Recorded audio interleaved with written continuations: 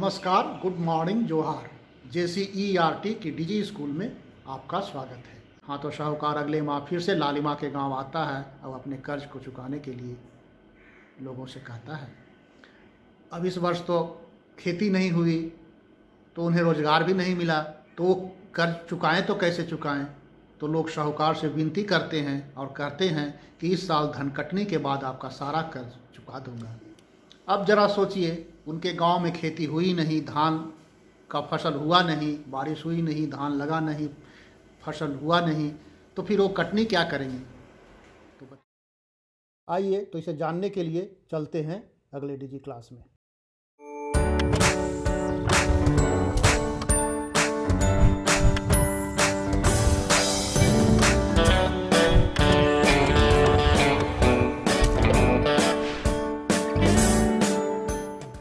तो बच्चों, वो धन कटनी के लिए अपने गांव से बहुत दूर दूसरे राज्यों में, जहां बारिश अच्छी हुई या जहां के खेतों में पानी सिंचाई की सुविधा है, कम बारिश होने पर भी सिंचाई की सुविधा है, वैसे दूर के राज्यों में, दूसरे राज्यों के गांवों में धन कटनी के लिए लालिमा और उसके जैसे अन्य परिवार के लोग जाएंगे और कुछ दिन वहां बिताने के बाद वापस आएंगे, तो उससे जो उनकी कमाई होगी उससे साहूकार का कर्ज पूरा करेंगे। कुछ ही दिन बाद लालिमा अपने माँ, बापू तथा गांव के अन्य कई परिवार अपने घर में कुछ बीमार एवं बूढ़े लोगों को छोड़ गांव से दूर धन कटनी करने जाएंगे। इसी कारण लालिमा और उसके जैसे अन्य बच्चे कुछ महीनों तक विद्यालय नहीं जा पाएंगे और घर में लालिमा की बूढ़ी दादी, एक चाची जो देख नहीं सकती है और 2 महीने की चचेरी बहन ही रह जाएगी। लालिमा को अपनी दादी की बहुत याद आती है, क्योंकि वे उससे बहुत प्यार जो करती है। वह सोचती रहती है अब उसकी दादी की देखभाल कौन करता होगा, पर लालिमा करे तो क्या करेगा। हाँ, तो बच्चों ज़रा सोचिए कि आज भी कुछ लोगों को बैंकों के बजाय साहूकारों से ऋण लेने पड़ते हैं। आखिर इसका क्या कारण है। ज़रा सोचिए कि जब लालिमा और उसके जैसे अन्य परिवार कुछ दिनों के लिए गांव छोड़कर बाहर काम पर चले जाते हैं, तो उनके साथ गए बच्चों की पढ़ाई लिखाई का क्या होता होगा। जब लालिमा का परिवार और अन्य लोग धन कटनी के लिए गांव से बाहर चले जाते हैं, तो कुछ लोग गांव में ही रह जाते हैं। ऐसा क्यों होता होगा। ज़रा सोचिए, जब आप लंबे समय के लिए अपने स्कूल नहीं जा पाते हैं तो क्या होता होगा। और साथ साथ इसका भी पता लगाइए कि लोग कर्ज की रकम समय पर वापस क्यों नहीं कर पाते हैं। आप लोगों से बात कीजिए और पता कीजिए कि क्या कुछ ऐसे भी काम हैं जिनके लिए लोगों को कई महीनों तक अपने घरों से दूर रहना पड़ता है।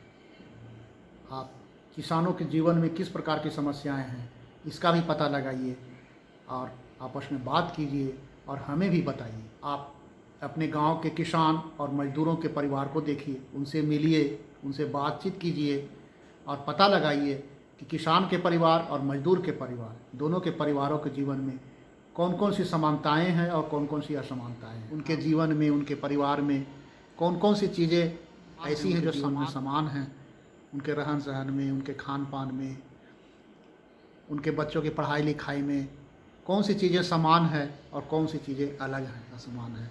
आप इसे लिखिए अपनी कॉपी में, आप दोस्तों के साथ चर्चा कीजिए और हाँ, हो सके तो हमें भी बताइए।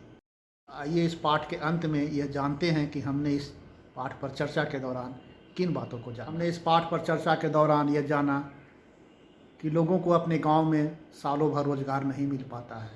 कई ऐसे परिवार हैं जिन्हें काम की खोज में अपने गांव से बहुत दूर कई महीनों तक रहना पड़ता है और उनके साथ छोटे छोटे बच्चे भी साथ होते हैं। घर में बूढ़े और बीमार लोग रह जाते हैं और उनकी देखभाल में कितनी दिक्कत होती है, बच्चों की पढ़ाई लिखाई में कितनी दिक्कत होती है। इन सब बातों पर हमने चर्चा की, इन समस्याओं को जाना, समझा।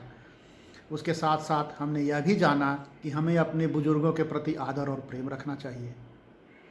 हमने यह भी जाना कि किस प्रकार लोगों को बैंकों से कर्ज मिलने में कठिनाई होती है।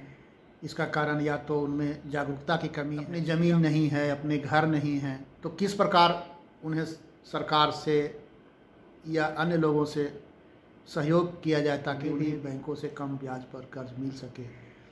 और साथ साथ हम ऐसा क्या करें ताकि हमारे खेतों में सालों भर पानी हो, या हमारे गांव या आसपास ही रोज़गार के कई ऐसे साधन हो जिससे लोगों को अपने घर को छोड़कर, अपने गांव को छोड़कर दूर नहीं जाना पड़े, वो अपने बच्चों के साथ रहें, अपने बूढ़े और बीमार लोगों की देखभाल कर सके, उनके बच्चों की पढ़ाई नहीं छूटे। तो इन सब बातों पर हमने चर्चा की। आप अगले भाग में इस पाठ पर आधारित कुछ प्रश्नों को जानेंगे, उसका उत्तर देंगे। उस प्रश्न और उत्तर पर अपने आसपास के लोगों से, अपने दोस्तों से, अपने भाई से, बहनों से, मम्मी पापा से बातचीत करेंगे और अपने ज्ञान को और आगे बढ़ाएंगे, अपनी जानकारी को आगे बढ़ाएंगे और समाज में, अपने गांव में, अपने घर में, अपने आस पड़ोस में ऐसे लोगों की आप किस प्रकार मदद कर सकते हैं, इसके बारे में भी सोचेंगे। धन्यवाद बच्चों। इस पाठ का दूसरा भाग समाप्त हुआ।